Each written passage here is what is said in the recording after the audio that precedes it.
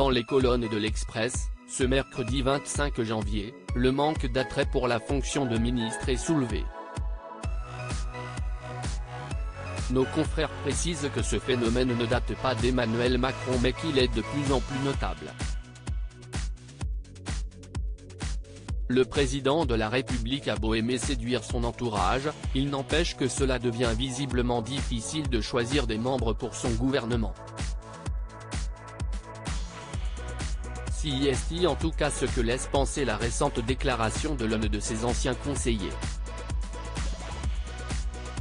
À l'épreuve du réel, il s'est rendu compte que devenir ministre attirait moins, a-t-il assuré auprès de l'hebdomadaire. Et cela se traduit par les réponses négatives qu'il a pu recevoir à la suite de ses offres. Deux personnalités emblématiques ont refusé de devenir ministre en mai 2022, a déclaré l'un des proches d'Emmanuel Macron, sans toutefois dévoiler le nom de ces dernières, ni leur milieu professionnel d'origine.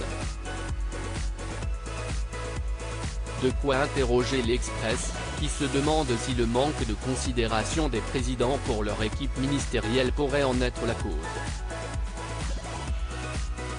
Après le premier conseil des ministres de l'année, notamment, un membre du gouvernement avait partagé son indignation envers le chef de l'État, qui reprochait à ce dernier, mais aussi à ses collègues, de ne pas raisonner en moyenne et de ne pas se mettre du côté des Français.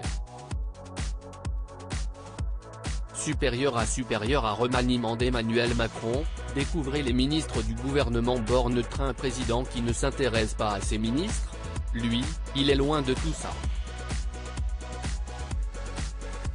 Il n'a aucune idée de ce que je fais, encore moins quand je me déplace plusieurs fois par semaine pour justement les voir, les gens, a lâché ce même membre de l'exécutif, comme le soulignent nos confrères.